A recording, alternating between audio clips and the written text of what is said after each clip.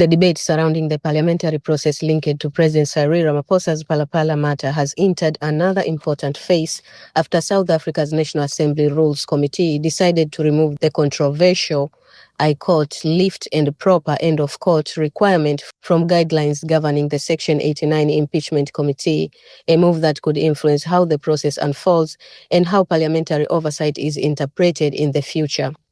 During a virtual meeting chaired by National Assembly Speaker Toko Didiza, members considered submissions from different political parties before agreeing to send the rules to the National Assembly without including the fit and proper provision.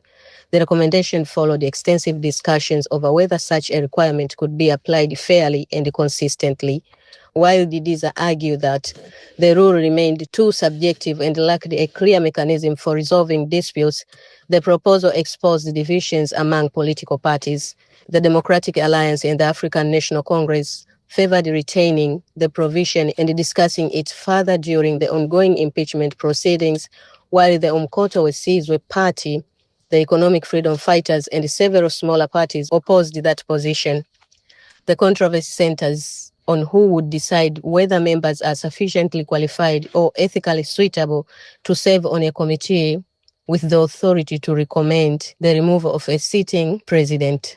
Critics questioned the criteria that would be used and whether objections from political parties or the public could create additional disputes. Parliamentary legal advisors had previously argued that committee members should possess both the necessary competence and the character required for such a sensitive responsibility. Speaker Didiza maintained that determining appropriate would inevitably involve subjective judgments. She suggested that if Parliament intended to establish such standards, they might need to be addressed through constitutional changes so that voters and public representatives would clearly understand those requirements from the outset. Questions about previous legal judgments, financial records, or past convictions, she argued, demonstrate how difficult it would be to create universally accepted standards. The debate reflects broader challenges facing South Africa's institutions as they seek to balance accountability, constitutional principles, and political fairness. It also highlights how procedural questions can become just as significant as the allegations under investigation. As Parliament continues dealing with the Section 89 process, the decisions taken now could shape future impeachment procedures and influence how democratic institutions manage questions of oversight and presidential accountability.